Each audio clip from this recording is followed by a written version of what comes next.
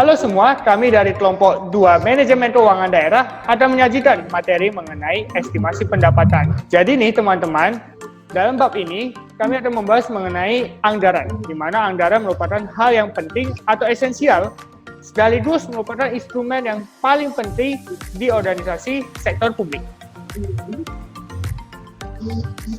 Benar. Jadi ada dua tuh yang utama, yaitu APBN yang dibuat pemerintah pusat dan APBD yang dibuat oleh Pemda setempat. Ya, dana anggaran ini sebagai perencana seluruh kegiatan dan butuh ketelitian dan ketepatan perencanaan agar semua berjalan dengan baik. Sebelum kami memulai video ini, perkenalkan diri kami terlebih dahulu. Saya Alvin. Saya Iman Asromasi-Boro. Dan saya Widya. Adapun video kami ini, materi kami ini diambil dari buku Manajemen Keuangan Daerah karya Mahmudi. Selanjutnya, selamat menyaksikan. Selamat menyaksikan.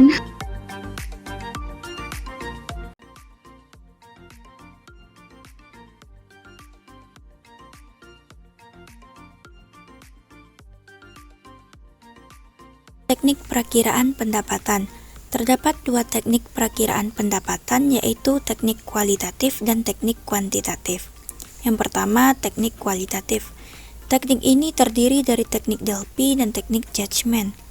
Teknik Delphi dilakukan dengan cara mengumpulkan para ahli, kemudian dimintai pendapat atau pandangan mereka tentang prediksi masa depan yang mempengaruhi arus pendapatan. Adapun teknik judgment merupakan perakiraan berdasarkan pengalaman masa lalu dan pertimbangan berbagai faktor yang mempengaruhi pendapatan di masa yang akan datang. Namun, meskipun teknik judgment ini bersifat kualitatif, tetapi dalam teknik ini juga banyak digunakan data kuantitatif, terutama data masa lalu. Hanya saja, dalam teknik ini analisisnya tidak dilakukan secara sistematis, dan metodologi ilmiahnya pun tidak serumit pada teknik kuantitatif. Yang kedua, teknik kuantitatif. Teknik ini dimulai dari teknik yang sederhana hingga yang rumit, seperti simple smoothing teknik hingga permodelan regresi yang canggih. Dalam teknik kuantitatif, kecanggihan model matematis tidaklah menjamin keakuratan ramalan. Tetapi dalam teknik kuantitatif, untuk perakiraan pendapatan perlu dipertimbangkan biaya dan manfaatnya, kemudian aplikasinya, serta efektivitas hasil ramalan.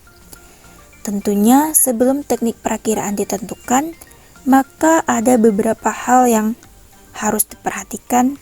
Yang pertama, subjek perakiraan, yaitu apa yang akan diprediksi atau diestimasi. Yang kedua, rentang perakiraan, yaitu periode waktu yang akan diramal, apakah untuk prediksi 1 tahun ke depan, 2 tahun ke depan, dan seterusnya. Yang ketiga, data yang digunakan, yaitu data runtun waktu atau time series sebagai dasar prediksi, apakah perlu digunakan data 10 tahun yang lalu, 5 tahun yang lalu, bahkan 3 tahun yang lalu sebagai basis perakiraan.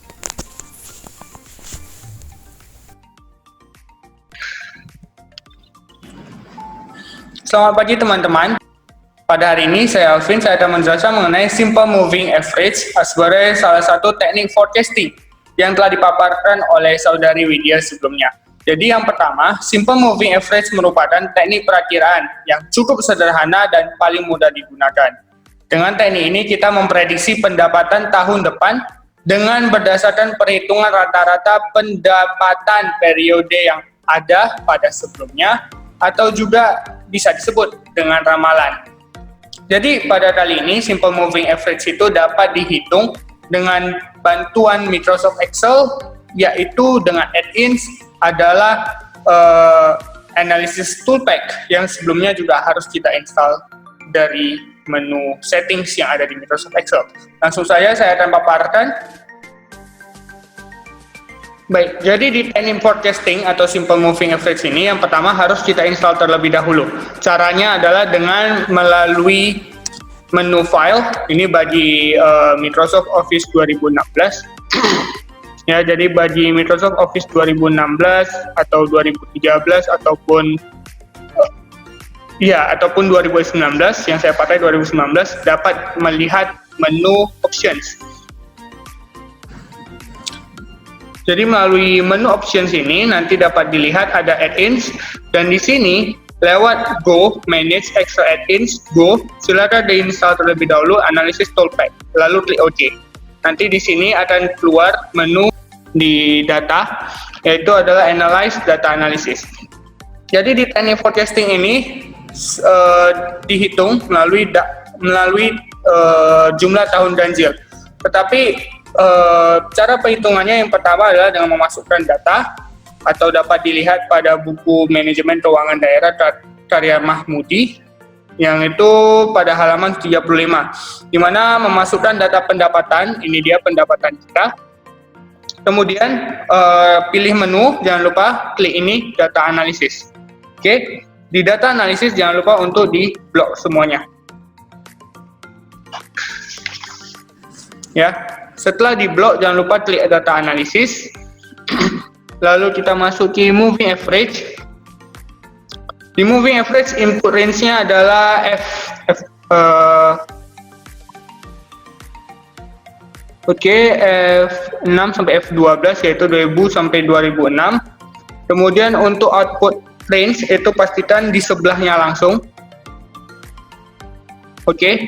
Kemudian kita akan klik OK. Jangan lupa untuk memasukkan di sini langkah kelima adalah memasukkan nilai interval sesuai dengan periode ramalan yang dipilih. Jadi ramalannya kita pilih 5 sesuai dengan buku. Kemudian pilih kolom di samping C5 atau C11, itu tadi sudah, dan kita langsung klik OK. Sebelumnya kita perpanjang terlebih dahulu, dan inilah hasilnya. Jadi dari data ini menunjukkan semakin tinggi tahun atau semakin tinggi pendapatan, maka forecasting dari simple moving average ini juga akan meningkat.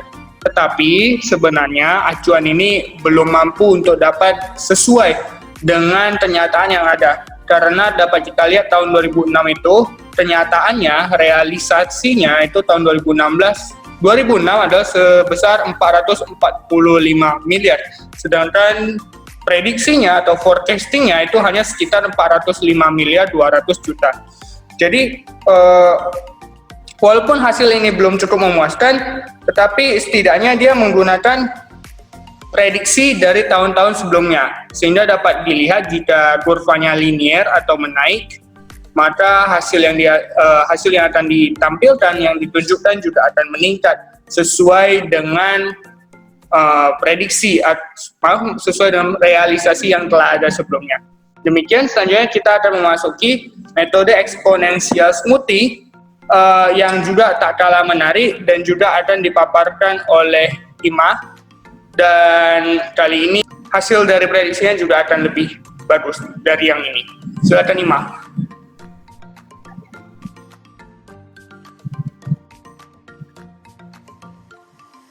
Baik, di sini saya akan menjelaskan mengenai exponential smoothing. Di sini akan saya tampilkan mengenai penjelasannya.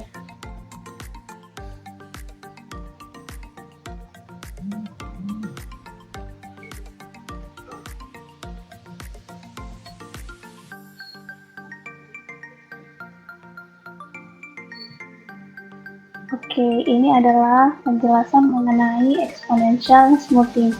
Nah, teknik exponential smoothing ini dinilai lebih baik dibandingkan dengan teknik simple moving average. Karena apa? Karena teknik exponential smoothing ini memberikan bobot yang berbeda untuk periode yang berbeda. Sementara kalau dia simple moving average itu memberikan bobot yang sama untuk setiap data yang ada. Nah, untuk rumus matematisnya sendiri, kita akan lihat di sini ada PT tambah 1 sama dengan alfa, atau alfa ini sering disebut dengan konstanta perata dikali RT ditambah 1 dikurang konstanta perata dikali PT. Untuk penjelasannya, PT tambah 1 itu sama dengan perkiraan pendapatan untuk di tahun depan. Sementara kalau dia RT itu adalah realisasi pendapatan tahun sekarang. Dan PT itu adalah rata-rata pendapatan periode sebelumnya, dan alfa itu adalah konstanta rata. Nah, Nah, untuk lebih jelasnya, kita akan masuk ke contoh soalnya. Nah, di sini udah ada data mengenai pendapatan dari tahun 2000 hingga 2006. Ada 7 tahun datanya, dan gimana caranya kita mencari prediksi pendapatan di tahun 2007 menggunakan exponential smoothing. Di sini kita akan memberikan bobot dulu untuk pendapatan di tahun terakhir, yaitu di tahun 2006. Nah, perlu kita tahu bahwa bobot untuk di tahun yang terakhir ini kita berikan lebih besar dibandingkan dengan bobot untuk beberapa tahun sebelumnya. Di sini kita akan memberikan dia bobot sebanyak 40%, atau dalam angka desimal itu adalah 0,4. Dan untuk pendapatan sebelumnya, kita akan memberikan dia bobot sebanyak 60%, atau dalam angka desimal 0,6. Sementara rata-rata pendapatan 6 tahun sebelumnya itu adalah kita akan jumlahkan pendapatan dari tahun 2001 hingga tahun 2005 dan dibagi 6. Dan hasilnya itu akan kita dapat yaitu sebanyak 378.583.333.333 rupiah. Nah, setelah kita dapatkan rata-rata pendapatan 6 tahun sebelumnya tadi, maka sekarang kita tinggal memasukkannya ke dalam rumusnya tadi. Rumusnya adalah PT tambah 1 sama dengan konstanta perata dikali RT ditambah 1 dikurang konstanta perata dikali PT. Karena kita masukkan, konstanta perata kita adalah sebanyak 0,4. Sementara RT ini adalah realisasi pendapatan di tahun sekarang, yaitu di tahun 2006, yaitu sebanyak 445 miliar rupiah. Kita masukkan, ditambah 1 dikurang konstanta perata, yaitu dikurang 0,4, dan hasilnya ini adalah 0,6, itulah yang kita gunakan untuk bobot untuk pendapatan di periode sebelumnya tadi, dikali dengan PT. PT itu adalah rata-rata pendapatan periode sebelumnya, yaitu rata-rata pendapatan 6 tahun sebelumnya, yaitu sebanyak 378.583.333.333 rupiah. Nah, dari hasil perkaliannya, maka kita akan dapat hasilnya, yaitu perkiraan pendapatan di tahun 2007 yaitu sebanyak 405.150 juta rupiah. Nah, selain kita menggunakan rumus yang manual atau rumus matematis, kita juga bisa menggunakan program Excel untuk mencari exponential smoothing. Caranya adalah seperti berikut ini, saya akan tampilkan cara-caranya.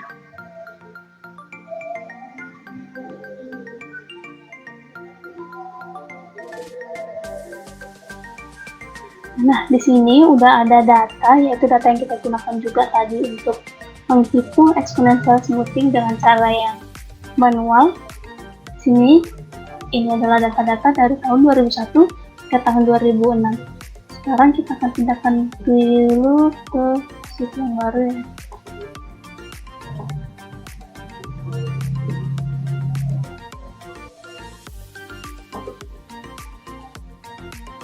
Oke. Nah, setelah itu, cara menggunakan Excel untuk menghitung exponential smoothing-nya adalah, maka pertama kita akan pindahkan dulu datanya ke Excel, kemudian kita pilih dari menu data, kita pilih data analisis, kemudian kita akan pilih exponential smoothing, lalu kita klik OK. Nah, di sini untuk input range-nya sendiri itu adalah input data yang ada, data yang tersedia. Tapi perlu kita ingat bahwa di input range-nya ini kita akan melebihkan satu range gitu. Misalkan datanya ada 7, maka yang kita input range-nya adalah 8 gitu. Karena di range ke-8 inilah nanti hasilnya akan ditampilkan. Jadi itu penting untuk kita ingat bahwasanya kita harus melebihkan satu range dia dari data asli yang kita punya. Sekarang kita punya data adalah sebanyak 7, maka kita akan memasukkan atau menginput range-nya itu sebanyak 8. Itu dimulai dari B2 sampai ke B9. Oke, setelah itu kita masuk ke damping vektor. Nah, damping vektor ini adalah yaitu 1 dikurang konstanta perata tadi.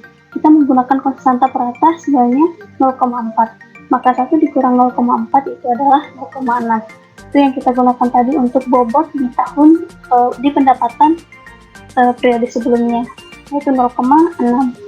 Sementara untuk output range-nya sendiri yaitu 4 hasilnya akan ditampilkan, yaitu kita mulai dari C2 sampai C9. Oke, setelah itu kita klik OK. Ini aja yang perlu kita isi. Kita klik OK.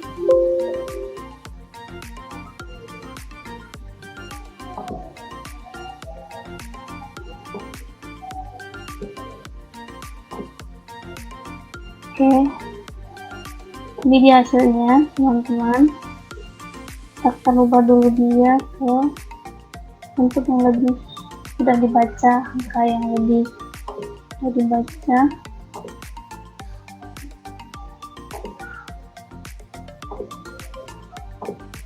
Oke, maka ini adalah hasil dari pengolahan exponential smoothing menggunakan Excel. Nah, sekarang langkah selanjutnya kita akan menghitung apakah benar di tahun 2007 prediksi pendapatannya adalah sebanyak 420 miliar 695 juta 8.000 rupiah.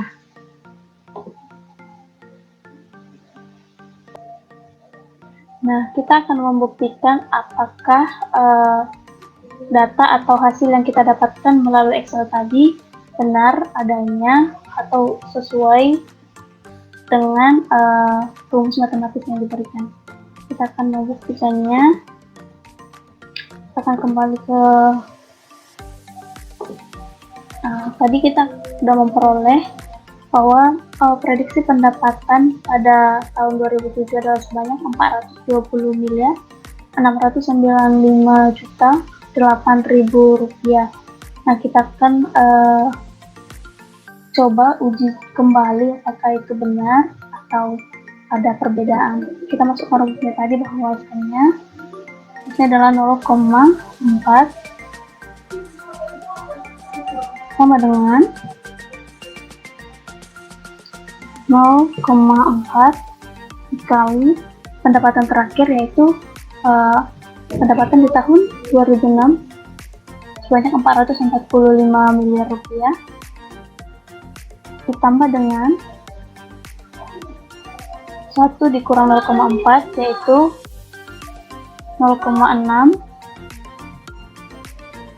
dikali dengan ini tadi adalah angka-angka atau prediksi-prediksi yang udah diperhalus atau sering disebut dengan smoothie revenue. Dikalikan dengan smoothie revenue pada tahun 2006. Oke, kita akan coba hasilnya apakah sama, dan ternyata hasilnya sama begitu, sebanyak 420 miliar 695 juta 8.000 rupiah. Nah, sekian. Perlu saya ingatkan kembali bahwasanya tidak ada aturan baku untuk menentukan alfa yang atau konstanta perata tadi. Jadi itu adalah caranya adalah trial and error itu. Tidak ada aturan baku yang menetapkannya. Sekian penjelasan saya mengenai perhitungan exponential smoothing, baik itu melalui rumus matematis ataupun melalui Excel. Selanjutnya saya akan menjelaskan lagi mengenai transformation moving average. Nah, di sini saya akan tampilkan juga mengenai penjelasan transformation moving average.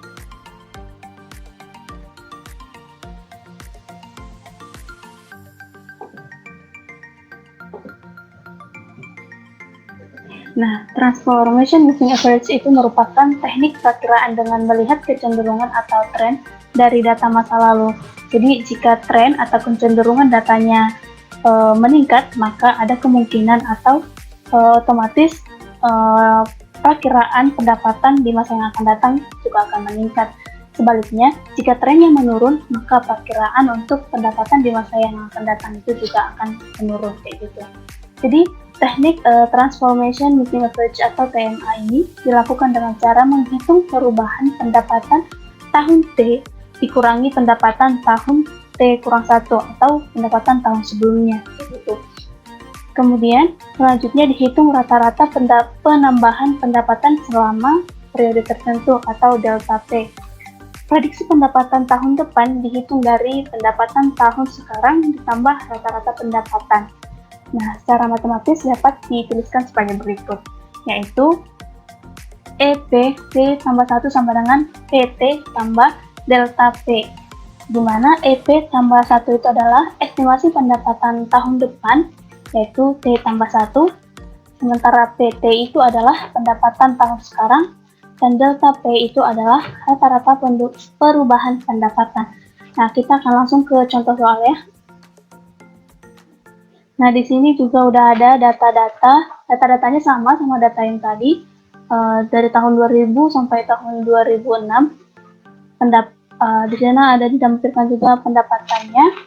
Cuman di sini kita butuh tambahan, yaitu perubahan pendapatan. Nah, itu dari tahun 2000 ke 2001 berubah berapa, naik berapa, apakah naik atau turun. Begitu selanjutnya dari tahun 2002 ke 2003 naik apa turun, naiknya berapa, turunnya berapa kayak gitu. Jadi kita akan hitung dulu. Di sini saya akan menghitungnya pakai Excel. Jadi kita akan tampilkan Excelnya dulu. Di sini saya akan tampilkan Excelnya.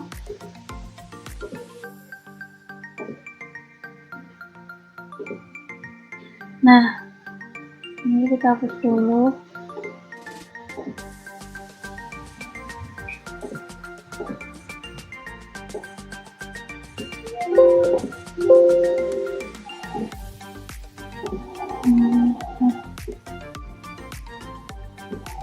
Oke, nah ini udah ada datanya sama seperti data sebelumnya dari tahun 2000 sampai tahun 2006, dan pendapatannya jumlahnya juga sama data yang sebelumnya.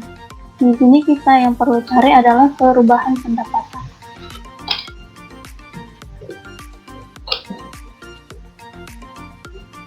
Perubahan pendapatan dari tahun 2000 ke 2001, 2002 ke 2003, seperti itu. Caranya adalah dengan mengurangkan dari 2006 ke 2005, mengurangkan 2005 ke 2004, seperti itu. Sama dengan ini dikurang dengan ini, dan hasilnya akan tarik ke atas seperti ini. Nah, ini adalah hasil perubahan pendapatannya. Di sini kita bisa lihat dari tahun 2000 ke 2001 yaitu naik sebanyak 39.500 juta rupiah, sementara dari tahun 2001 ke 2002 itu adalah turun sebanyak 24.500 juta rupiah. Dan yang kenaikannya yang paling banyak itu bisa kita lihat adalah dari tahun 2003 ke 2004 sebanyak 45.500 juta rupiah. Nah, di sini yang perlu kita cari lagi adalah rata-rata perubahan pendapatan ini. Dan caranya kita jumlahkan dulu berapa perubahan pendapatan ini. Kita auto sum. Nah, dan hasilnya ini kita akan bagi dengan 6. Kita akan dapat rata-rata perubahan pendapatannya. Coba dulu di kerangkanya.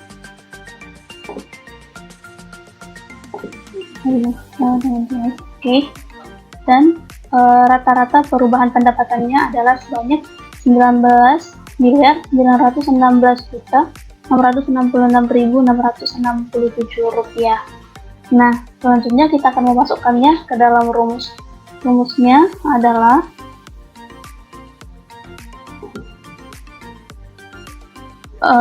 pendapatan di tahun terakhir yaitu 445 miliar sama dengan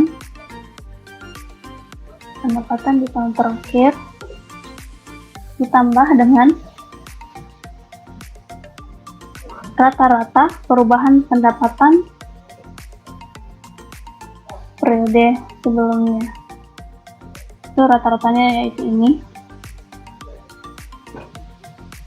Maka yang kita dapatkan adalah prediksi untuk pendapatan di tahun 2007 adalah sebanyak 464 miliar 916 juta 666.667 rupiah.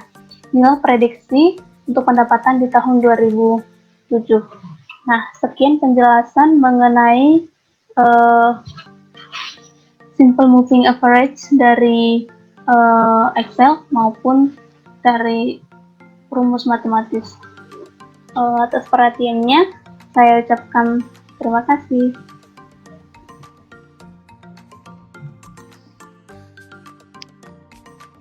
Baiklah, di sini saya akan menjelaskan tentang regresi dan regresi pada model ekonomi fisika.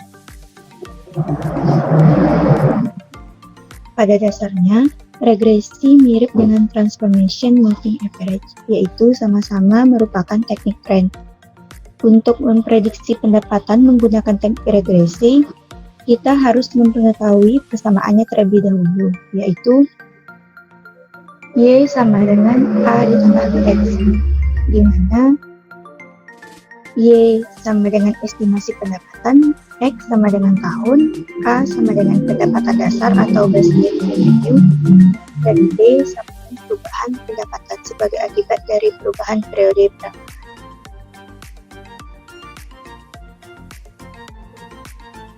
Untuk menentukan nilai A dan B, kita membutuhkan alat bantu Microsoft Excel, di mana langkah-langkahnya ialah sebagai berikut.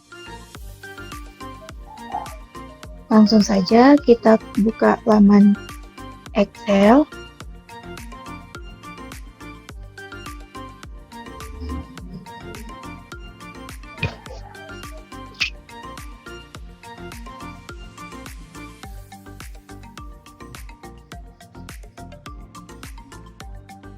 Pertama-tama kita klik data, lalu klik data analysis, pilih regression, lalu OK. Input Y-rank, ini kita masukkan data di kolom B, yaitu pendapatan. Sedangkan input X-rank, ini kita masukkan data dari kolom A, yaitu tahun.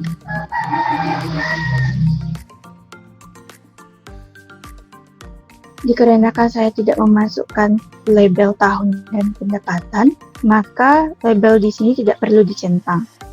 Selanjutnya yaitu output rank.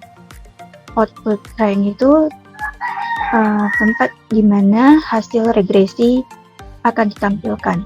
Saya klik di bawah data, lalu kita OK. Nah, di sini sudah keluar hasil dari regresi. Ada 3 bagian besarnya, yaitu regresi statistik, ANOVA, dan koefisien. Di mana dari koefisien intercept dan X variabel 1 kita bisa mengetahui nilai A dan B.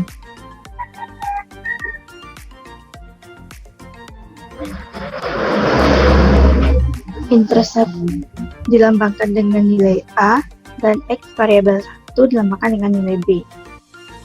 Jadi kita sudah mengetahui nilai A sebesar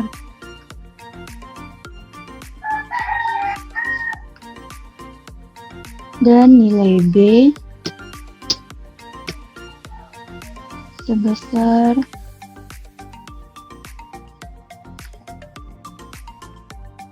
sekarang tinggal mencari nilai X. Nilai X dapat kita ketahui dari soal. Dari pendapatan ini tersedia 7 pendapatan. Berarti kita mencari prediksi pendapatan yang ke-8, yaitu X-nya ada 8.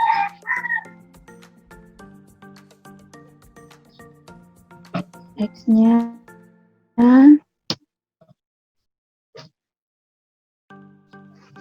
persamaan regresinya yaitu Y sama dengan A ditambah BX sama dengan nilai A ditambah nilai B dikali X. Maka inilah hasil dari regresi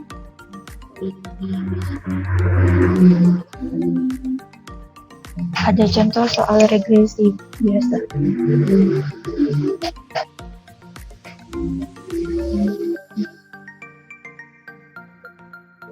Nilai ini merupakan prediksi ramalan untuk tahun ke-8.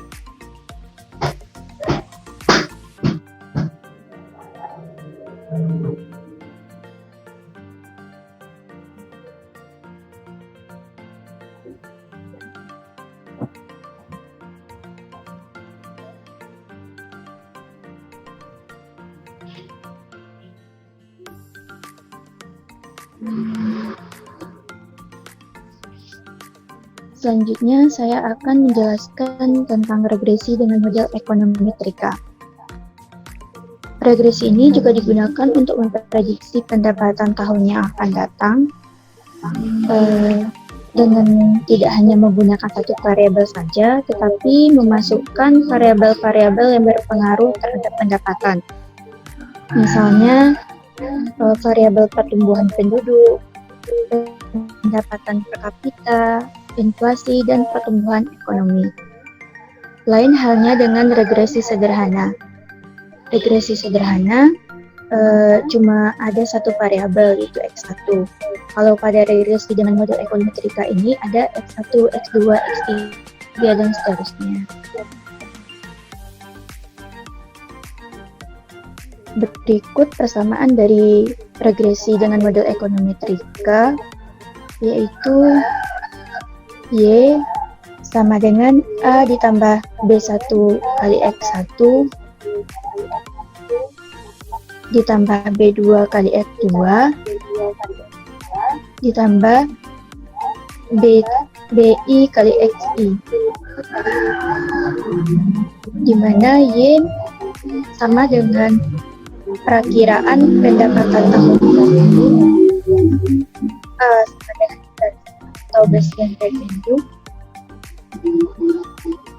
B sama dengan koefisien regresi variabel X1, X1, X2 sampai XI merupakan variabel independen, misalnya jumlah penduduk, pendapatan per kapita, pertumbuhan ekonomi, inflasi, dan sebagainya, seperti yang saya jelaskan di awal tadi. Baiklah, kita lanjut ke halaman Excel untuk mempraktikkan regresi dengan model ekonometrika.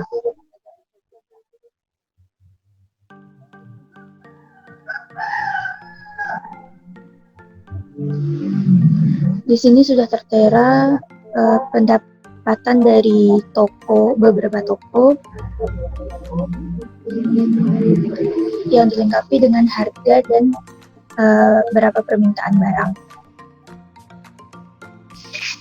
Permintaan barang dilambangkan oleh X1 dan harganya dilambangkan oleh X2. Langkah yang pertama, sama seperti regresi sederhana, klik data, lalu klik data analysis, klik regression, lalu OK. Di input year-nya itu masukkan data di kolom D, semua pendapatan. Begitu juga pada input X3 itu masukkan kolom X1 dan X2.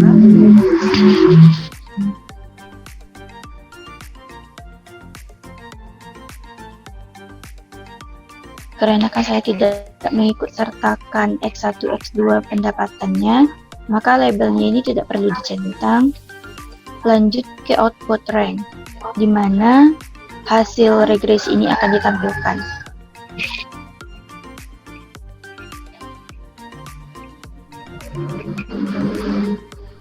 Oke.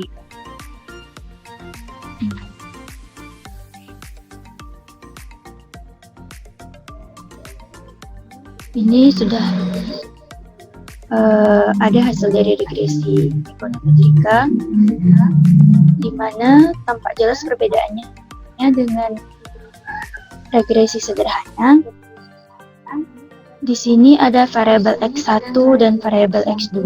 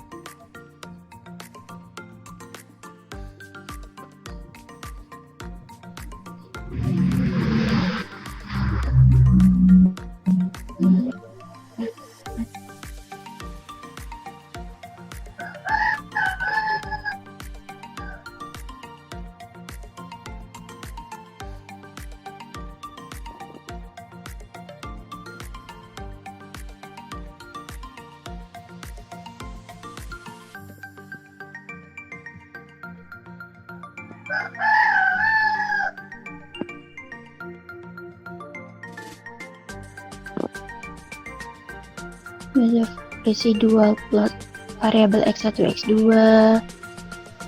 line fit variabel X1, X2,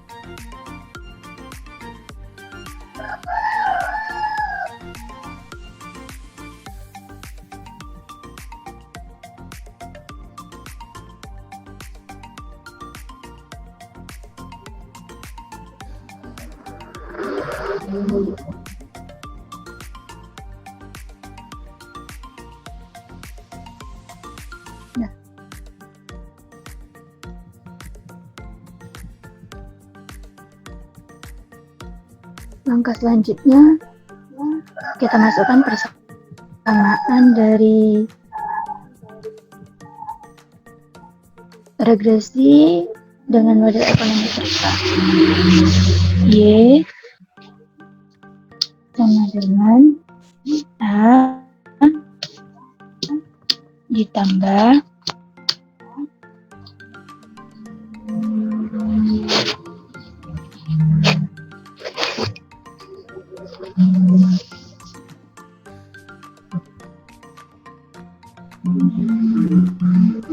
B1 kali X1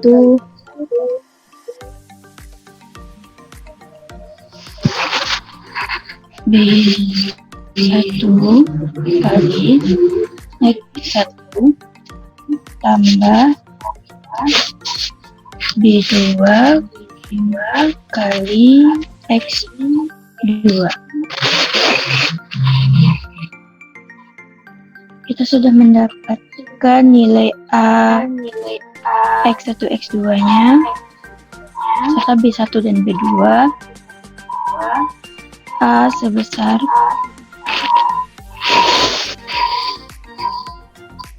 ini, intercept ini sebagai nilai A.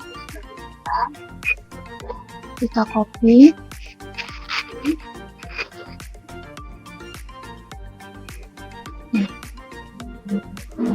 Untuk B1, B2-nya,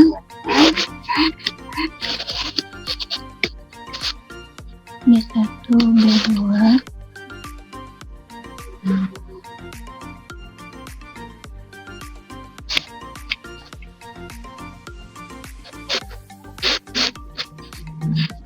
X variabel 1 dan X variabel 2 pada nilai koefisien.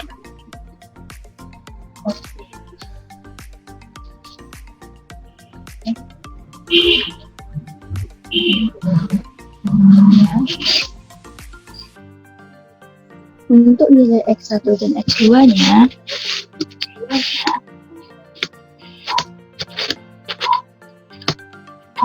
tergantung dari soal.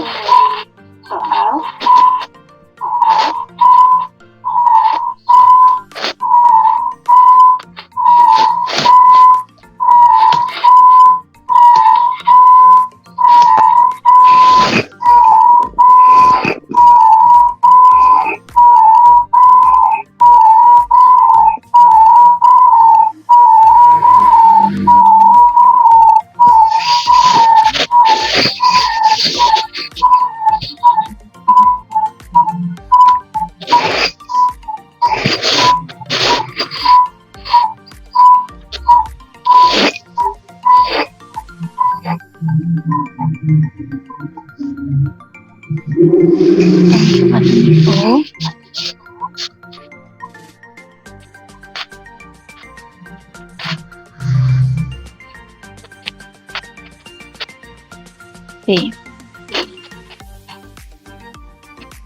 Ini misalkan 8, 9. Ini 45, 48.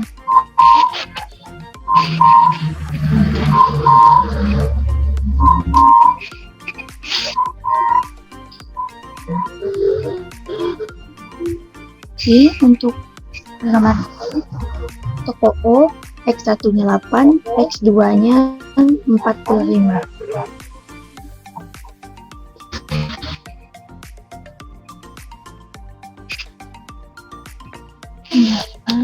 X2-nya ini sama dengan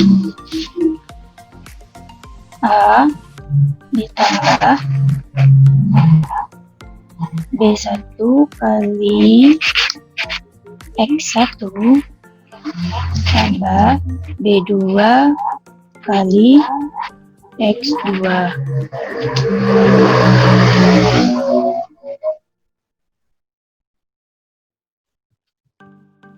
Untuk nilai yang satu lagi,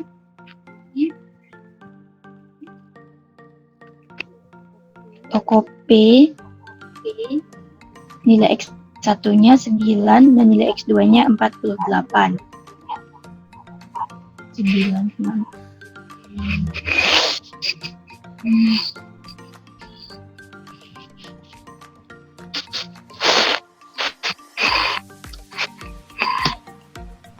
Sembilan, 48.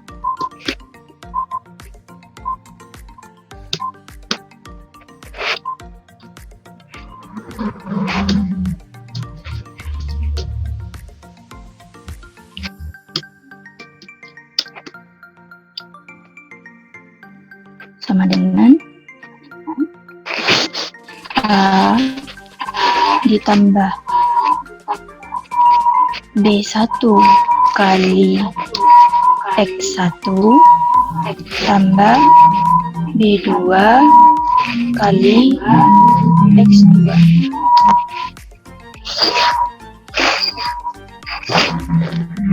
Inilah hasil dari prediksi pendapatan toko O dan toko P.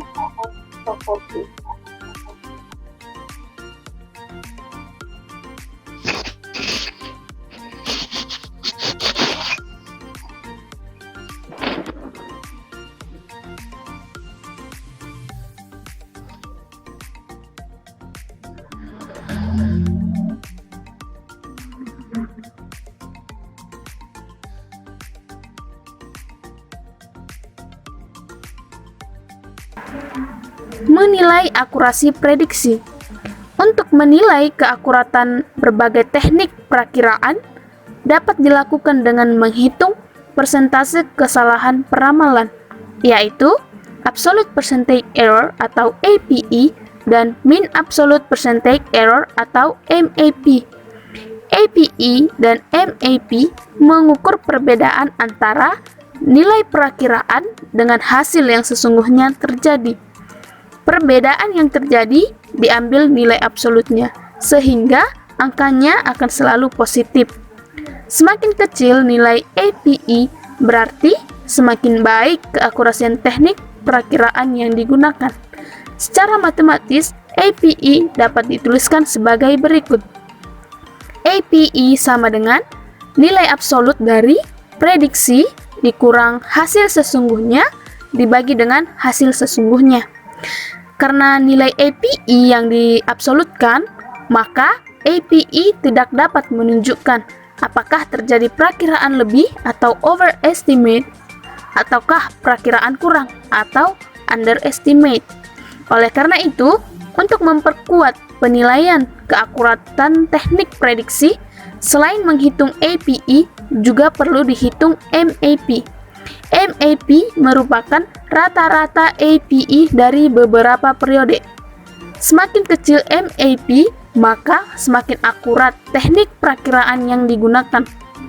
Pada umumnya, teknik kuantitatif memiliki tingkat akurasi prediksi yang lebih baik dibandingkan pendekatan judgmental. Di antara berbagai teknik kuantitatif yang ada, teknik exponential smoothing merupakan teknik perakiraan yang paling baik untuk memprediksi pendapatan yang memiliki pola musiman. Namun, model regresi ekonometrika merupakan teknik perakiraan yang paling baik di antara teknik kuantitatif lainnya. Sedangkan yang paling rendah tingkat akurasinya adalah analisis tren.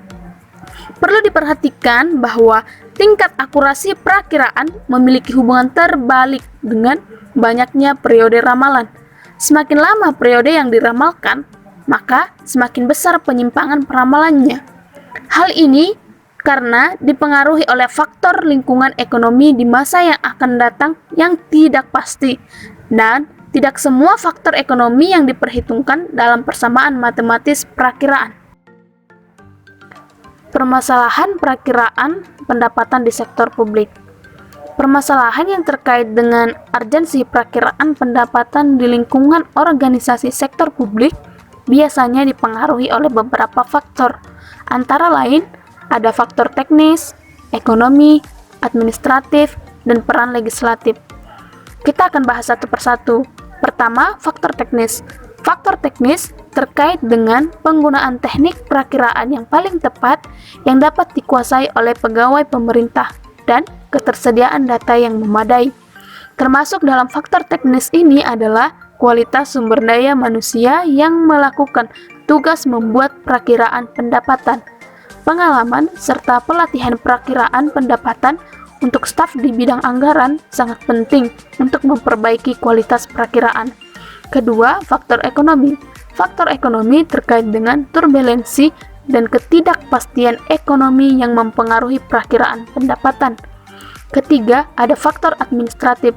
Faktor administratif terkait dengan perubahan peraturan perundangan terkait yang mempengaruhi pendapatan. Misalnya, peraturan perundangan tentang pajak dan retribusi daerah, peraturan tentang alokasi dana perimbangan dari pemerintah pusat, dan perubahan undang-undang pajak.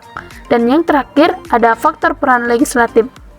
Faktor peran legislatif terkait dengan penggunaan hak budget oleh Dewan serta pelaksana fungsi legislasi terkait dengan anggaran. Perakiraan pendapatan menjadi terasa penting jika legislatif menaruh perhatian yang besar terhadap prediksi pendapatan tersebut. Baik, terima kasih. Setelah tadi kita mendengarkan pemaparan dari IMA mengenai permasalahan dari perakiraan pendapatan ini, selanjutnya kita akan membahas 3 jurnal yang akan kami bawakan masing-masing.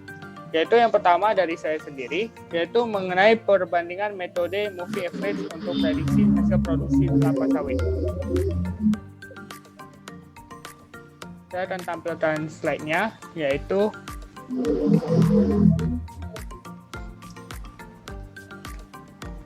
jadi adapun pada jurnal ataupun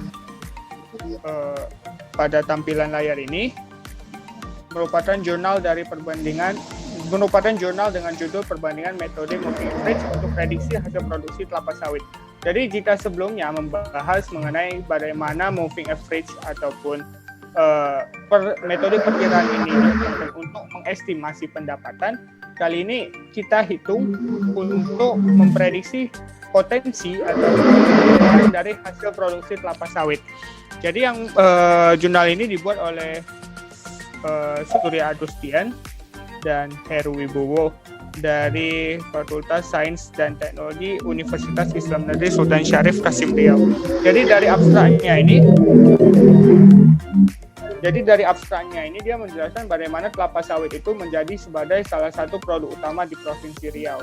Dan si peneliti ini ingin mencari bagaimana prediksi dari hasil produksi kelapa sawit dengan metode moving average yang terdiri dari, kita di halaman 3 itu dapat dilihat ada simple moving average, weight up moving average, dan exponential moving average, serta yang terakhir double moving average. Dan jadi kata kunci ataupun keywords dari peneliti yang dilakukan Surya Agustian dan Heru Wibowo ini adalah moving average serta MAPE atau mean absolute percentage error, yang merupakan salah satu indikator ataupun salah satu cara untuk mengetahui keakuratan dari prediksi ataupun forecasting yang dilakukan ini. Jadi dari keempat metode ataupun cara perkiraan yang dilakukannya ini, didapatkanlah kesimpulan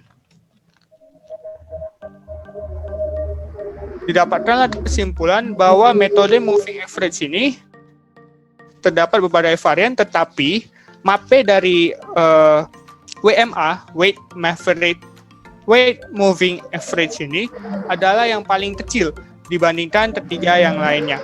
Jadi dapat dikatakan bahwa untuk keakuratan keakuratan dari prediksi ini disarankan untuk menggunakan weight moving average dikarenakan tingkat error yang lebih kecil dibandingkan yang lainnya.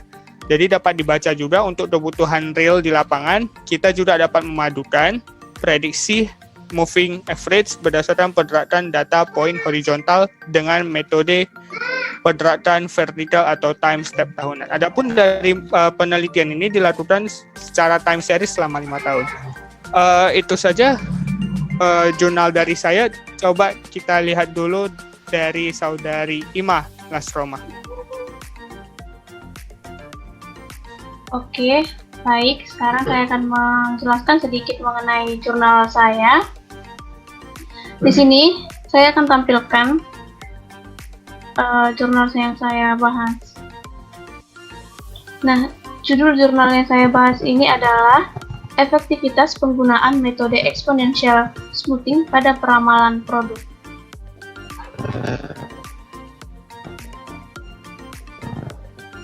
Oke, ini dia jurnalnya. Nah, jurnal ini ditulis oleh Hidayatullah Himawan pada tahun 2014. Nah, sedikit mengenai jurnal ini. Jurnal ini membahas tentang bagaimana sih efektivitas dari exponential smoothing itu dalam memprediksikan atau memperkirakan peramalan produk di masa yang akan datang. Sama seperti yang sudah saya jelaskan sebelumnya juga dalam metode exponential smoothing, bahwasanya metode exponential smoothing itu merupakan salah satu tipe teknik peramalan rata-rata bergerak yang melakukan penimbangan terhadap data masa lalu dengan cara eksponensial, sehingga data yang paling terakhir atau data pendapatan terakhir itu dikasih bobot lebih tinggi, dikasih timbangan yang lebih tinggi dibandingkan dengan data-data sebelumnya. Nah, di jurnal ini juga dijelaskan seperti itu. Kemudian dalam jurnal ini juga terdapat beberapa kesimpulan setelah dia teliti. Kesimpulannya itu adalah, kita bisa lihat yang ini, bahwasanya exponential smoothing itu merupakan prosedur perbaikan yang dapat dilakukan secara terus-menerus dengan objek yang baru. Dan proses penurunan prioritas secara eksponensial terjadi pada objek yang lebih lama. Dan model peramalan yang dilakukan pada contoh dalam penelitian ini hanyalah melihat kemungkinan jumlah ketersediaan yang dapat dilakukan, namun bukan merupakan nilai atau jumlah yang pasti dari suatu produk. Dan pada penelitian ini juga, data yang ditampilkan hanya merupakan hasil perhitungan dari metode single exponential. Namun secara umum juga, model eksponensial ini membandingkan hasil yang diperoleh berdasarkan data peramalan yang ada, baik itu dari single exponential, double exponential, ataupun triple exponential. Dan yang perlu kita garis bawahi atau catatan dalam jurnal ini yang dibahas, bahwasanya memang benar efektif exponential smoothing ini digunakan dalam peramalan produk. Namun perlu diingat, kita juga harus memiliki beberapa nilai pendamping agar suatu proses penentuan dalam memprediksi jumlah ataupun nilai produk itu akurat gitu. Kita tidak bisa hanya menggunakan metode saja, misalkan kita nggak bisa mutlak menggunakan metode exponential smoothing ini untuk memperkirakan jumlah produk untuk periode berikutnya, jumlah pendapatan yang akan diraih periode berikutnya. Kita juga harus punya nilai pendamping. Dan tidak hanya exponential smoothing, begitu juga metode lainnya, kita juga butuh yang namanya fakta-fakta lain atau nilai-nilai pendukung lain. Itu yang bisa saya jelaskan dari jurnal ini. Selanjutnya, kita akan melihat juga jurnal dari teman kita, yaitu Widya. Pada saudari kita Widya, kami persilakan. Selanjutnya saya akan memaparkan jurnal tentang materi yang saya bahas yang berjudul Perbandingan Regresi Komponen Utama dengan Regresi range pada Analisis Faktor-Faktor Pendapatan Asli Daerah Provinsi Jawa Tengah oleh Agustiva Ziasaliko, Rita Rahmawati, dan Diah Saputri. Pada pembentukan model regresi, terdapat kemungkinan adanya hubungan antara variabel satu dengan variabel yang lain, yang disebut dengan multikolinearitas. Multikolinearitas menyebabkan estimator mempunyai varian yang besar, akibatnya interval estimasi cenderung lebih besar sehingga membuat variabel bebas secara statistika tidak signifikan padahal nilai koefisien determinasinya tinggi, sehingga sulit mendapatkan estimasi yang tepat. Oleh karena itu, perlu dilakukan tindakan lanjutan untuk menangani multikolinearitas.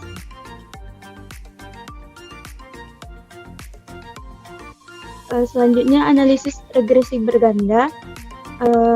Dalam mengestimasi parameter model digunakan metode kuadrat terkecil dengan meminimumkan jumlah kuadrat error, yaitu sehingga diperoleh rumus untuk mencari estimator parameter. Selanjutnya, multikolinearitas. Ada beberapa metode yang dapat digunakan untuk mendeteksi masalah error multikolinearitas, diantaranya sebagai berikut. Yang pertama, melihat nilai koefisien determinasi. Yang kedua, korelasi antar variabel bebas. Yang ketiga, variance inflation factor. Selanjutnya ada regresi komponen utama. Regresi ini membentuk hubungan antara variabel terikat dengan komponen utama yang dipilih dari variabel bebas. Selanjutnya ada regresi rate. Regresi ini mengestimasi parameter model estimator regresi yang diperoleh dengan meminimumkan jumlah kuadrat error. Dari jurnal tersebut dapat ditarik kesimpulan berdasarkan analisis dan pembahasan yang ada pada jurnal. Dapat ditarik kesimpulan yang pertama, pada analisis pendapatan asli daerah dengan menggunakan metode kuadrat terkecil terdapat masalah multikolonialitas sehingga dilakukan menggunakan regresi komponen utama dan regresi rate. Yang kedua, berdasarkan perhitungan nilai standar error kan bahwa penanganan multikolonialitas menggunakan regresi utama lebih baik dibandingkan dengan regresi rate dalam faktor-faktor pendapatan asli daerah Provinsi Jawa Tengah.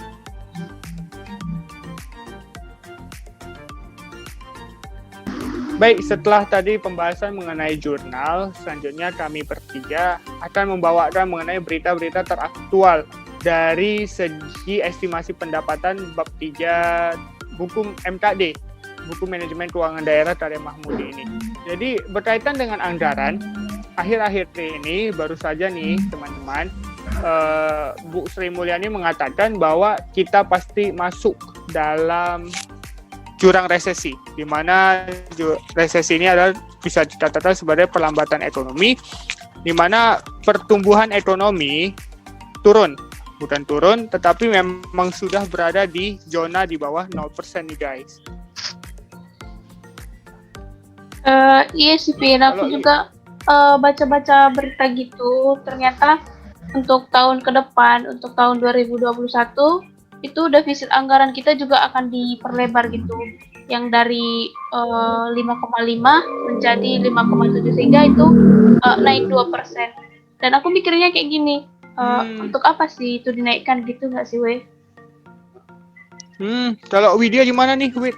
Pendapatnya, kalau pertumbuhan ekonomi menurun, gaji otomatis dipotong, uang jajan pasti dipotong, udah itu gak dapat bantuan lagi. Iya kan, UKT masih tetap ya? Iya gak? Katanya masih, tapi ada sih yang untuk tetap. Ada kayak bantuan-bantuan juga sih untuk mempermudah, memperingan. Widya gimana nih, Wid? Ada merasa Sebenarnya gini kan, sebenarnya yang membuat negara kita defisit itu kan gara-gara pengeluarannya itu dari pendapatannya kan, jadi kayak nggak pastinya dong jalan gitu sama realisasinya.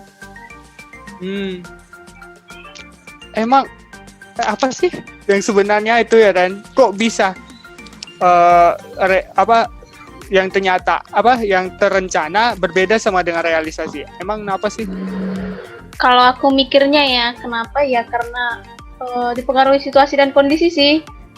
Kita lihatlah kan situasi sekarang, kita ada di pandemi yang nggak terduga sih sebenarnya. Kita kan nggak tahu kan ada pandemi. Dari awal kita nyusun RAPBN misalkan, pastinya semua orang kan berprediksi kita kedepannya akan stabil.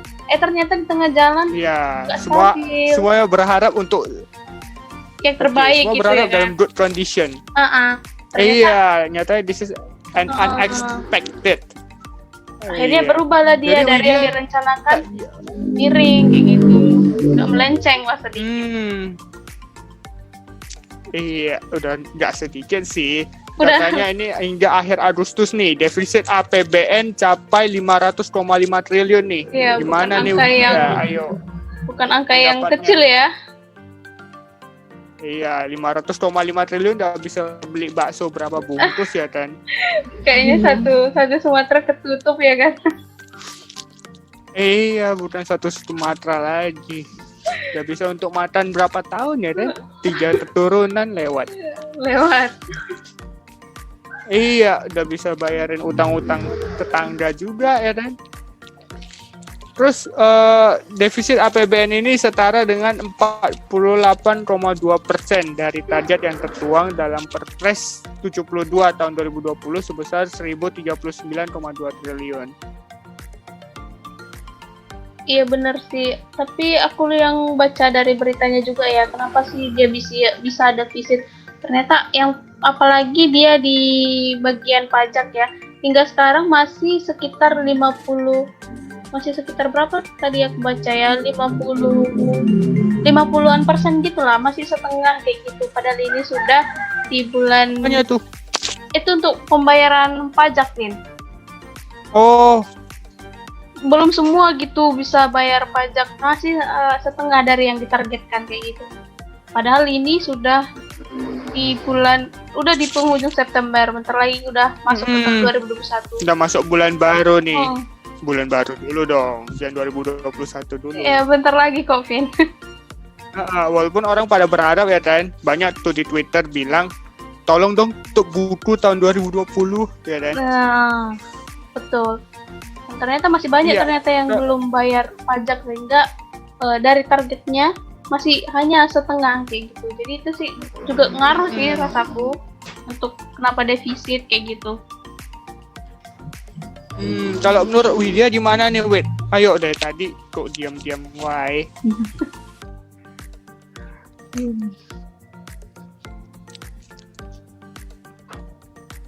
Oke, jadi defisit APBN ini terjadi lantaran realisasi belanja negara yang lebih tinggi dibandingkan pendapatan negara. Jadi seperti apa yang telah dikatakan si Ima tadi, bahwa pendapatan negara kita kan mayoritas nih berasal dari yang namanya pajak.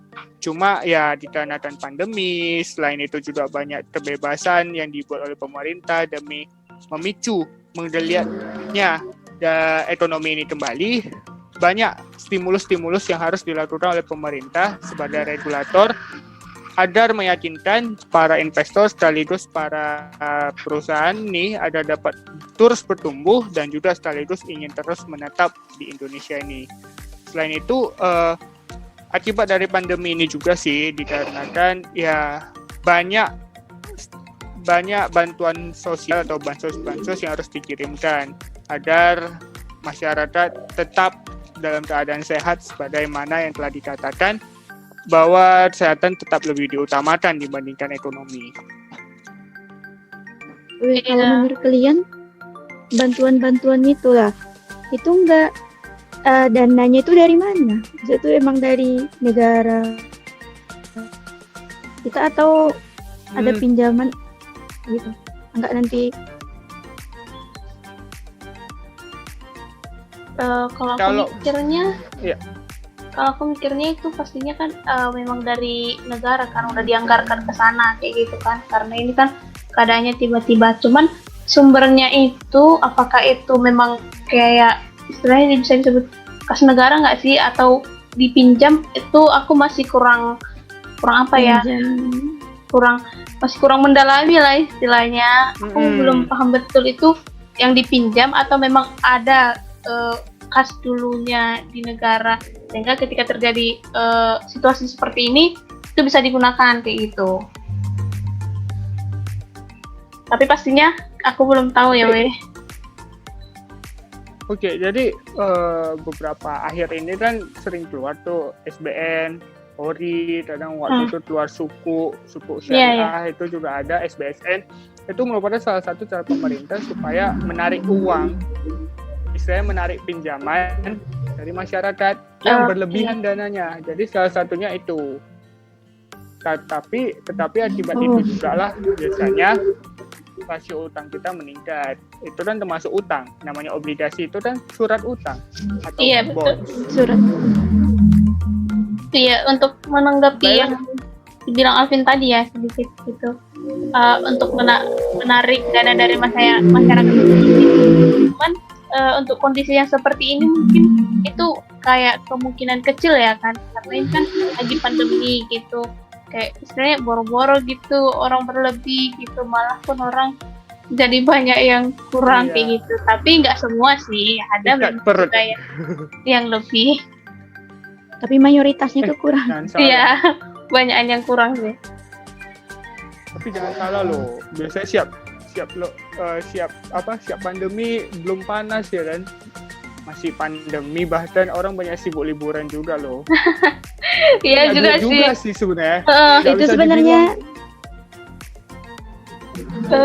kurasa itu aja sih yang hangat-hangat pemberitaan mengenai defisit APBN, anggaran, sekaligus lainnya yang berkaitan dengan estimasi pendapatan. Pendapatan estimasi ini tentunya dapat dilihat di kehidupan sehari-hari. Seperti kita ingin membeli barang, keinginan kita seperti HP baru, laptop baru, motor baru, atau rumah baru, tentunya ini memerlukan planning yang cukup ketat, di mana layaknya pemerintahan juga pengeluaran harus lebih kecil daripada pendapatan kita. Istilahnya jangan sampai terjadi besar-pasak daripada tiang. Demikian pembahasan berita-berita ini. Oke, semoga dari pembahasan kelompok kami tadi adalah sedikit yang tertinggal pada kita, kayak gitu, adalah setidaknya informasi yang kita tahu, dan semoga kedepannya juga kita akan semakin membaik lagi kondisi ekonominya. Semoga pandemi juga segera menurun gitu sampai ke tahun 2021 kita mulai kayak normal lagi lah kayak gitu. Sekian pembahasan dari kami. Ya, silakan. Sekian pembahasan dari kami. Atas perhatian dari teman-teman semuanya, kami ucapkan terima kasih.